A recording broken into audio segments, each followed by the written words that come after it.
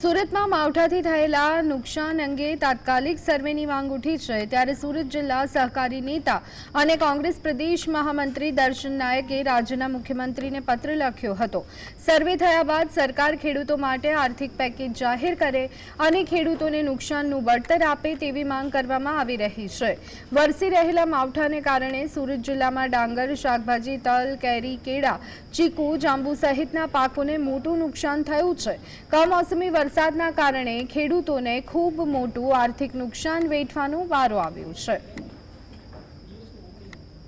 ગઈકાલે જે રીતે ઓલપાડ તાલુકાના સમગ્ર સુરત જિલ્લામાં ભારે વરસાદના કારણે હાલમાં પણ આ વરસાદની પરિસ્થિતિ મોટા પ્રમાણમાં ચાલુ હોવાથી જે ખેડૂતોએ ડાંગર સૂકવવા માટે મૂકેલું હતું એ હજારો એકર ડાંગરોનું એ પાણીમાં પલળાઈ જતા 100% ડાંગરના પાકને નુકસાન થાય એ પ્રકારની પરિસ્થિતિનું નિર્માણ થયું છે। એટલે સરકારશ્રીને વિનંતી કરીએ છીએ કે તાત્કાલિક અસરથી આવા નુકસાન થયેલા પાકનો સર્વે કરવામાં આવે અને ખેડૂતને સહાય કરવામાં આવે એટલી સુરત જિલ્લાના ખેડૂતો વતી અમારી લાગણી અને માંગણી છે।